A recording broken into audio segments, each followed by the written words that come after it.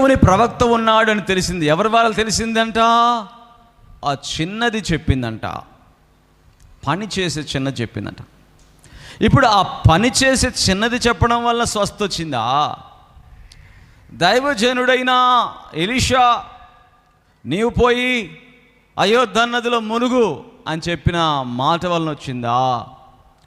కోపగించుకున్న నయమాన్ని ఆ పనివాడు ఇంకేదైనా చెప్తే చేస్తావు కదా, ఇదొక్కటి చేయొచ్చు కదా అంటే వచ్చిందా? లేకపోతే నయమాన్ వెళ్ళి మునిగితే వచ్చిందా?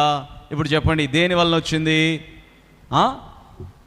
దేనివల్ల అంటే ఒక్కొక్కరు ఒక్కొక్కటి చెప్తారు. హల్లెలూయా. దేవుని బిడ్డలారా, నీటిలో స్వస్థత కాదు. ఎలీషా దైవజనుడు అక్కడ మాట్లాడినందుకు స్వస్థత కాదు.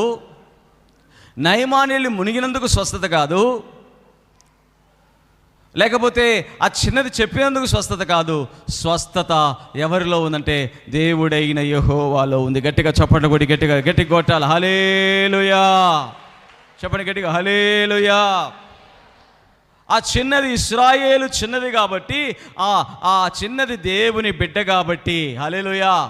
ఆ సేవకుడు దేవుని సేవకుడు కాబట్టి హల్లెలూయా. ఆ సేవకుడి దగ్గరికి నయమాను ఇశ్రాయేలులో ఉన్న దేవుడి దగ్గరికి రావాలంటే దేవుడు సేవకుడి దగ్గరికి వచ్చాడు కాబట్టి, అంటే ఎవరి దగ్గరికి వచ్చాడు? దేవుడి దగ్గరికి. హల్లెలూయా.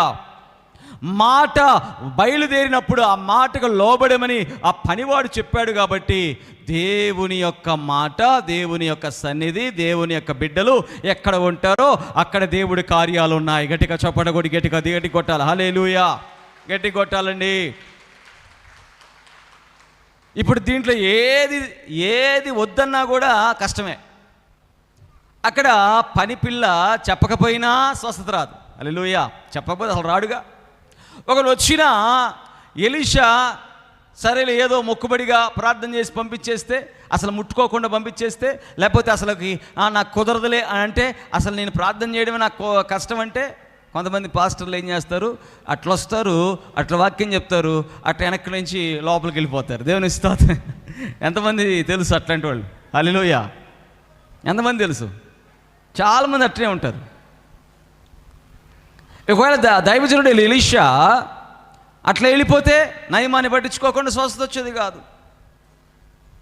ఒకవేళ పనివాడైనా కల్పించుకొని నాకెందుకులే, మళ్ళీ ఆయన సైన్యాధిపతి, ఆయన చెప్పిన మాట, ఆయన కోపం వచ్చినప్పుడు నేను మాట చెప్తే మళ్ళీ ఏమైద్దని ఆయన మౌనంగా ఉన్నా కూడా స్వస్థత వచ్చేది కాదు. ఒకవేళ పనివాడు చెప్పినా, నువ్వు పనివాడివి, నీ మాట నేనేది, నేను